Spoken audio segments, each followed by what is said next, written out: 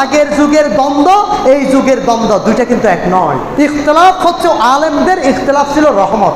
আমাদের সমাজে যেটা প্রেক্ষাপট, আমাদের মধ্যে যেগুলো আমরা দলীয়করণ করি, আমাদের মধ্যে যেগুলো আমরা দ্বিধাদ্বন্দ্ব করি, সমাজকে ডিভাইডেড করতেছি, এগুলো তো ওই রকম নয়।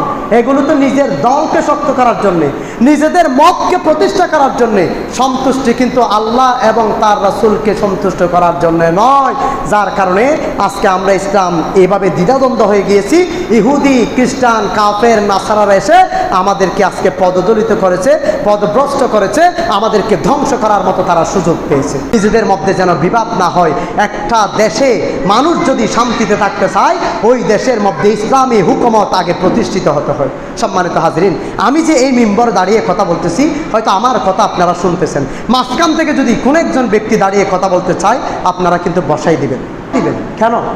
আপনারা বলবেন না, আমরা তো একজনকে নিয়োগ করেছি কথা বলার জন্যে, সুতরাং তিনি কথা বলবে, আমরা কথা শুনবো। অনুরূপভাবে এমনি মানুষ ইসলাম যদি সমাজে প্রতিষ্ঠা করতে না পারে, কোরআনের আইন যদি সমাজে প্রতিষ্ঠা করতে না পারে, রাষ্ট্রের মধ্যে যদি প্রতিষ্ঠা করতে না পারে, কিয়ামত পর্যন্ত হুজুররা মাহফিলে চিল্লাইতে পারবে, কিন্তু কোনোদিনের জন্য মানুষকে ইসলামের হুকুম মানুষের মধ্যে বাস্তবায়ন করতে পারবে না।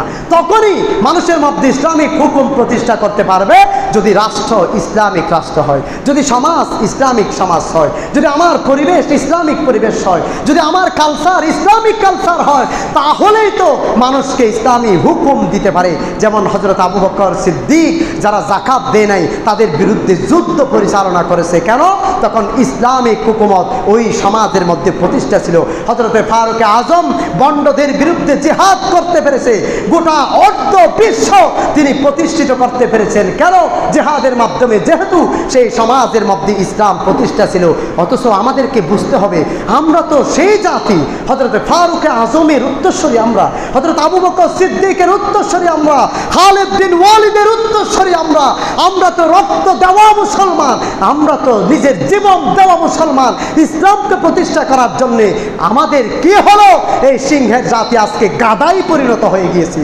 একমাত্র কারণ হলো আমরা কোরআন এবং সুন্নাহ থেকে দূরে সরে গিয়ে নিজেদের মতবাদ, নিজেদের ইচ্ছা মতো আমরা ইসলামকে সাজিয়ে নিলাম, আর মানুষদেরকে বিভিন্ন গ্রুপে গ্রুপে ভাগ করে ফেলেছি।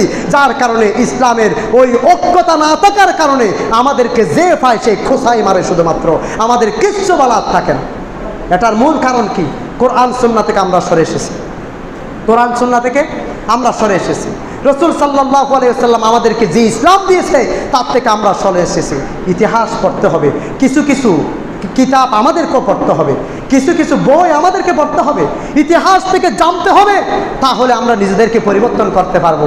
শুধুমাত্র ওয়াজ শুনে, শুধুমাত্র মোবাইল থেকে শুনে, ইউটিউব থেকে শুনে ওয়াজ শুনে জীবনেও নিজেদেরকে প্রতিষ্ঠিত করতে পারবো না। শুধুমাত্র নিজেদের গালটাকে চালু করতে পারবো।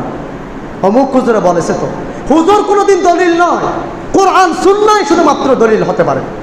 কোরআন সুন্নাহ থেকে যারাই কথা বলে, আমরা আল্লাহ পাক বলেছে তারাই তো সত্য কথা বলে, সুতরাং তাদের কথাই মানতে পারবো। এমনি হুজুর ইচ্ছে মতো একটা কথা বললো, ওই কথা মানা যাবে নাকি?